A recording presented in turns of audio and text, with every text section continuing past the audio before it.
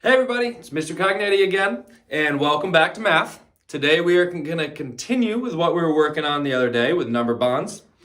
And we're going to start with a warm-up, then we're going to review what we learned super quick last time, and then we're going to move on and dive into number bonds a little bit more, because we're going to keep working hard, okay?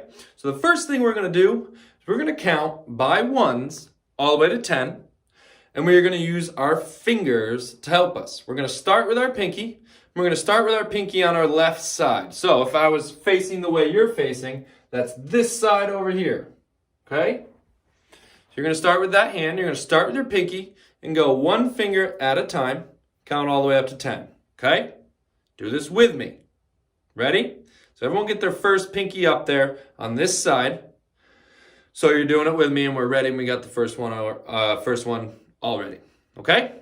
Here's 1, 2, that's a tough one, 3, 4, 5, you all count with me, 6, 7, 8, 9, 10. Good job, all right? I want to do that once more, okay? So get that pinky up there ready for number 1. 1, 2, 3, 4, 5, 6, 7, 8, 9, 10. There we go. So there's our counting to 10 by ones. And I want you to guys notice every single time when we said the number 6, that's the first finger we put up on our other hand. So that was number 6, okay? We just counted all the way to 10. Good job. Now let's review what we did last time. Does anybody remember what this thing is called? Let me hear it. It is called a number bond, all right? We're taking numbers, bonding them together or sticking them together to make our, does it make our what? Does anyone remember what this section of the number bond is called? I have it written up here. It is called our whole. So we have our whole up on top. That is the biggest number in our number bond. And then down here we have our two what? What is it called? Our two parts, part 1, part 2. Part plus part equals whole. Say that with me, ready? Part plus part equals whole. Good job. We're going to keep saying that so much, all right? It's going to be stuck in your head. Part plus part equals whole. So, now, we're going to do some work with this number bond, okay? I'm going to erase what they're called, so I have some room to draw. And we're going to work by plugging in some numbers. And by plugging in, I mean we're going to write some numbers in this number bond, okay? I'm going to draw a picture here. I want you guys to count how many pictures or how many shapes there are. So I'm going to draw some apples. Now my apples are just going to be circles because in math we like to keep our drawings really simple. 1, to save time, and 2, it's less confusing if they're just circles, okay? So, but in our head, we're going to say they're apples. Okay, so I want you to count how many apples I have.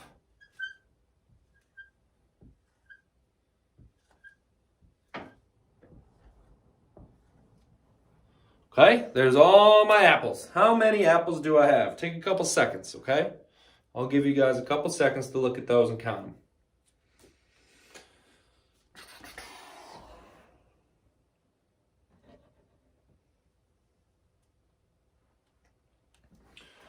Okay, now if you need more time to count, go ahead and pause this video. That's what's awesome about doing video lessons. You can pause it and take a break whenever you need to.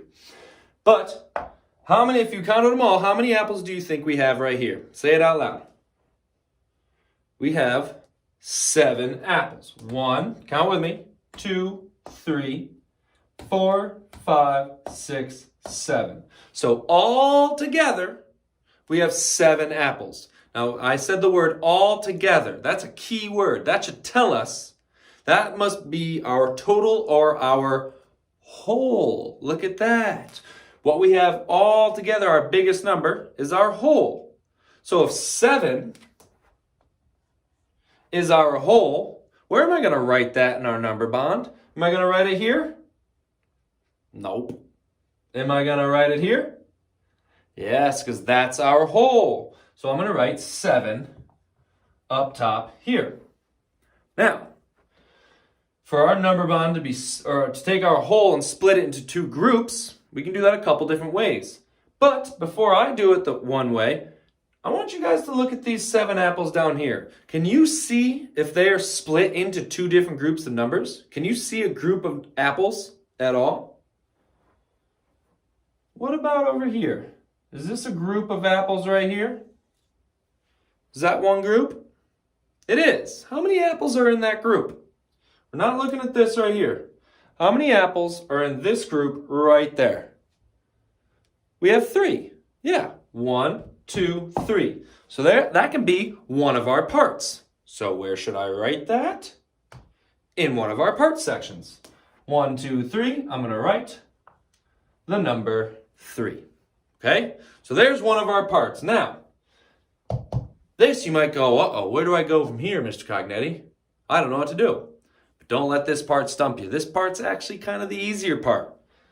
We have our whole. We took 3 from our whole and put it in one group or one part. In this part, we put the number we write in this part is what we're left with. What do we have left? We already used this 3. So how many do we have left of our original 7? If I use this 3, we're going to count how many we have left. Ready? Count with me. 1, 2, 3, 4. We have 4 left. So I write that in there. Now, according to our number bond and according to that saying I always say, part plus part equals whole. Say that with me real quick. Say it with me. Part plus part equals whole. That means that 3 plus 4 must equal 7. If we add this 3 and this 4 together, we will have 7 all together. Okay? Now let's do it. I'm not positive. I want to be positive. So let's count all these together. 1, 2, 3. There's our 3. Then 4, 5, 6, 7. Boom. Good job. We have 7 apples all together. Part plus part equals whole. So if we were to write this as a number sentence, it'd be 3 plus 4 equals 7. Cool. Now, is that the only way we can split 7 up? Or can we find other numbers inside of the number 7? Let's find out. Give me a second here. I'm going to leave 7 as our whole because we're still working with 7 apples all together. Okay? So we have 7 apples here. Now, can I make a group with a different amount of apples than 3 or 4? 3 or 4, sorry. Take a look, see if you can group these a little differently. If you have your own piece of paper, see if you can take 7 apples and circle any number of apples you want. And that can be one of our parts. Okay? So let's do it together. What if I were to go like this? Here's our 7 apples. I'm going to circle all 3 of those plus these 2. Boom. So now I have all of those in one circle. And then if I cover up all these, this is what I have on the other side. Okay? So to start though, in my first circle, I'm going to write the number or the amount of apples that I circled. Okay? So let's count the number of apples I circled. 1, 2, 3, 4, 5. So there we go. We have 5 apples. I'm going to put dots in these apples to know we already counted them. So we have 5 apples right there. Okay, so this is already looking a little different than our last number bond. Even though our number or our whole is still the same. It's still 7. So if I have 5 here, remember, this isn't the tricky part. Don't let this stump you. You just get rid of what we've already counted up, which is 5. And how many do we have left? Count those. Sorry, I'm probably covering it. If we cover those up, how many do we have left? 2. Yeah, that's pretty simple. 1, 2. So we write that number in our other part. So now we have 5, 2, and 7. Now, according to part plus part equals whole, that must mean 5 plus 2 equals 7. How can we figure that out to make sure we are correct? There's a couple different ways. We could count all these up again, or maybe we could even count on our fingers. If I started with 5, 1, 2, 3, 4, 5, then added 2 more, put them together, do we have 7? Well, let's count. We know there's 5 here. 1, 2, 3, 4, 5. So let's put 5 in our head and count on. So 5, 6, 7. There's adding our 2, and we have 7 all together. 1, 2, 3, 4, 5, 6, 7. Boom, we are right. So, as a number sentence, it would look like that. 5 plus 2 equals 7. Part plus part equals whole. 5 plus 2 equals 7. Okay? Now, for your exit ticket, I want you to work with this same problem. So you're going to have 7 in your hole because you only get 7 apples for this problem. Okay? And you are going to split the number 7, or the amount of 7 apples, up. So you're going to split it up a different way. So you can't use 4 and 3, and you can't use 5 and 2. There's 2 more ways that I can think of that you guys can solve this for your exit ticket, okay?